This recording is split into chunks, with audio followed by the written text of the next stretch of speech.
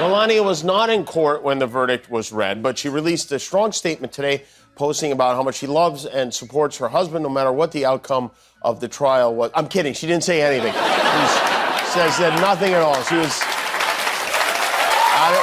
nowhere to be found. She was probably online buying a new summer hat. I don't know. Melania is talking to those young men particularly. She may be talking just to their wives, but this is, she's in line with where most of the United States is and all the polling shows where the population is. She's just not particularly in line with where her husband's politics are. Well, she may have been speaking to those young men with her naked pictures when she did the nude photo shoots in GQ, but we can't forget that Laura Bush did. We expect nothing at all. No understanding of policy, no ability to put together a coherent argument, no honesty, no decency, no morals. Instead, too many people are willing to write off his childish, mean-spirited antics by saying, well, Trump's just being Trump.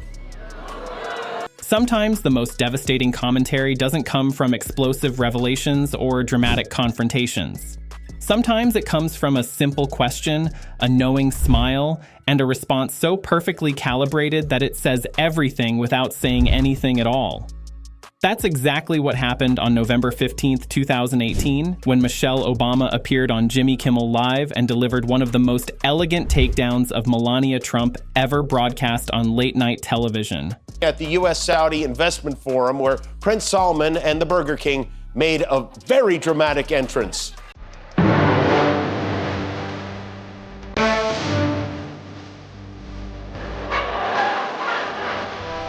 What is going on? Once the music stopped, the real show started. I always want to be modest as I can. They say this has been the best 9 months that any president has ever had.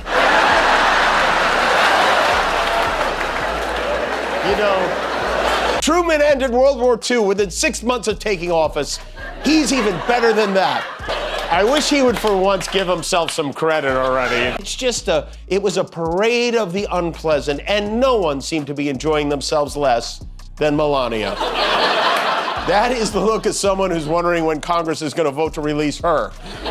But to understand why that moment mattered, you need to know the full story of how Kimmel and Michelle Obama exposed the difference between being a first lady and playing one on TV. Let me break down every documented moment, from Kimmel's joke that sparked a war with Fox News, to Michelle Obama's book that revealed Melania's silence, to the night they came together on live television and showed America exactly who Melania Trump really is. Donald Trump is the wrong president for our country. He has had more than enough time to prove that he can do the job, but he is clearly in over his head. He cannot meet this moment. He simply cannot be who we need him to be for us. It is what it is. Oof. That was ice cold. And what made it even more devastating was that Michelle Obama wasn't angry. She wasn't yelling. She just stated Trump's complete failure as a president as an obvious fact. You know, it's the difference between your mom screaming at you and your mom just casually sipping a coffee and going, well, not all kids can be winners. And you know, another thing I appreciated about Michelle's speech is that she didn't shame people, right? In the last few years, it's been pretty standard in politics to shame people who don't agree with you and don't intend to vote like you. This is perhaps the biggest, most malicious data leak in the history of the United States, and it's being perpetrated by the Trump regime. And sure, first, they're going after migrants who are paying their taxes, trying to steal their information. But next, they're coming for you. They're building a database at the IRS, and they've been caught in this federal court case proceeding that I know with all the news out there is not getting enough attention, but a federal judge has busted the IRS in an illegal data sharing scheme with the Department of Homeland Security, where the IRS was giving ICE confidential information about migrants to help ICE find and deport them. You know, to help break this down, I am so honored to share with you Katie Fang, one of the hosts at the Midas Touch Network. She got her own YouTube channel partnered with the Midas Touch Network. But Katie, tell us why this is so important. November 2018, the book that started it all. It all began with Michelle Obama's memoir, Becoming, which was released in mid-November 2018. The book immediately rocketed to #1 on Amazon charts, and for good reason. Michelle didn't just share her story, she exposed truths about the Trump administration that nobody else could.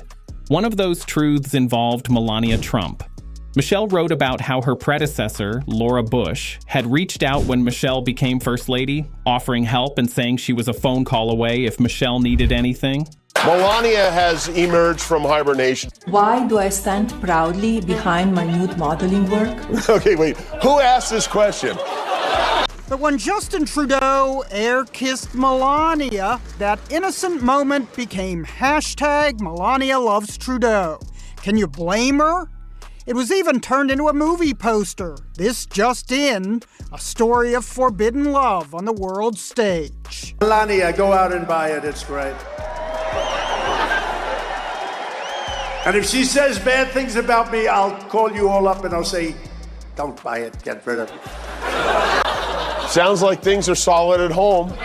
Barack and I were raised with so many of the same values. That you work hard for what you want. You work hard for what you want. That your word is your bond. That your word is your bond. That you do what you say you're going to do. That you treat people with respect. With dignity and respect, even if you don't know them, and even if you don't agree with them. And Barack and I set out to build lives guided by these values and to pass them on to the next generation, because we want our children and all children in this nation to know that the only limit to the height of your achievements is the reach of your dreams and your willingness to work hard for them. And your willingness to work for them. Apparently, a lot of y'all didn't know what was going on with this, and it involves the IRS and our undocumented immigrants, and it's so particularly egregious what the Trump administration is doing that I thought it would be great to be able to share this information with you.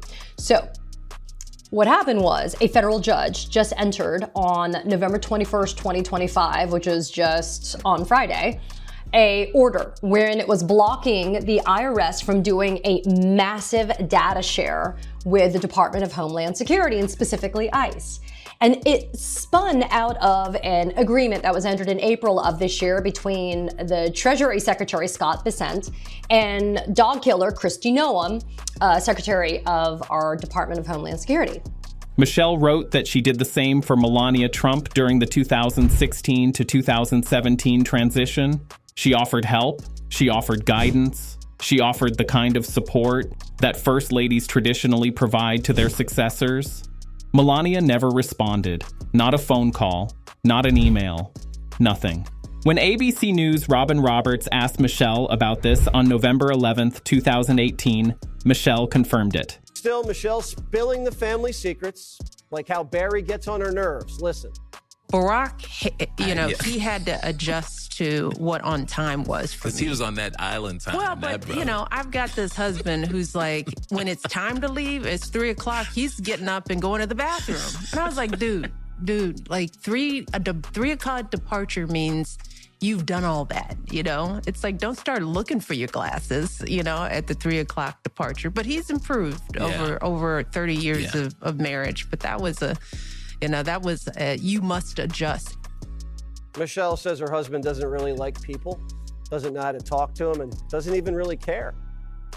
When a girlfriend comes to visit, it's usually like, you got to stay for 2 days because it's going to take us so much 2 time days to come to check up. Now, Barack's come in, he's come out, and he's like, y'all still talking? He'll sit down for 5 minutes, be like, how are the boys? And the flip side of my husband, right? Because he golfs. And golfing takes as long as the first session of our, it takes 5 hours to golf. He'll golf with his buddies, come back, and be like, how's X? He's good. He's like, what'd y'all talk about? Nothing. Hate to break it to Michelle, but guys don't get deep on the course. Normally, when someone rags on their spouse, there's usually a little love. Like, Jimmy, he never listens, but he looks cute in his suit. But that wasn't cute. Did she drop this podcast to distance herself from Barack so she could run for president? Every politician starts a podcast right before they launch their next campaign. Looking at you, Gavin. She'd reached out to Melania offering assistance with the transition, and Melania had never taken her up on the offer. The White House's response? Stephanie Grisham, Melania's communications director, released a statement saying, "When she needs advice on any issue, she seeks it from her professional team in the White House." Translation: Melania doesn't need Michelle's help because she has professionals. But here's what that response revealed. Melania Trump either didn't understand or didn't care about the tradition of first ladies supporting each other. She saw Michelle's outreach not as a kind gesture from one woman to another, but as something beneath her. Michelle Obama, listen to this. And at this phase of my life, I'm in therapy right now because I'm transitioning. You know, I'm 60 years old. I've finished a really hard thing in my life with my family intact. I'm an empty nester. My girls are in, you know, they've been launched. And now for the first time, as I've said before, every choice that I'm making is completely mine. I now don't have the excuse of, well, my kids need this or my husband needs that or the country needs that. So how do I think about this next phase? Once again, speaking a reference to her time as First Lady negatively, and I'm transitioning. I mean, an interesting choice of words, given how the internet refers to her. Speaking of pigskin, Donald Trump, in his ongoing effort to distract us from the fact that he doesn't want Melania to see the Epstein files, went after Rosie O'Donnell again. She said the president looked great and presidential alongside our stunning First Lady, who was, as usual, dressed perfectly for the occasion. And she's right about Melania. I don't know about stunning, but she definitely looks stunned. Show them together, because this is the happiest. To be able to go after you, round you up, and deport your ass. We'll get into the specifics in a second, but let's turn to this order because it's very important and it kind of sets the table for what's going on. So this is a 94-page order, and it was entered by Federal District Court Judge Colleen Collar Catelli. It's kind of an interesting name, right? She's a senior judge. She's got senior judge status, meaning she's not retired, but she's sitting in senior judge status for the District of Columbia. And again, like I said, it was from Friday, November 21st. And this opinion is damning against the Trump administration, specifically the IRS. If you're ready to see how Kimmel and Michelle Obama used this story to expose Melania's character, hit that subscribe button right now because what happened next was masterful. November 15th, 2018, the Jimmy Kimmel moment. 4 days after the ABC News interview, Michelle Obama appeared on Jimmy Kimmel Live. It was her first late-night stop on the book tour, and Kimmel had a lot to ask about. They discussed Stevie Wonder. They talked about post-White House life and Barack Obama's post-presidency habits. You have to be very careful when you're a first lady. I spoke to your husband about this also because he jokes around a lot, but then you realize like, oh, I have to maybe reel it in because of the position I have. But you're not first lady anymore.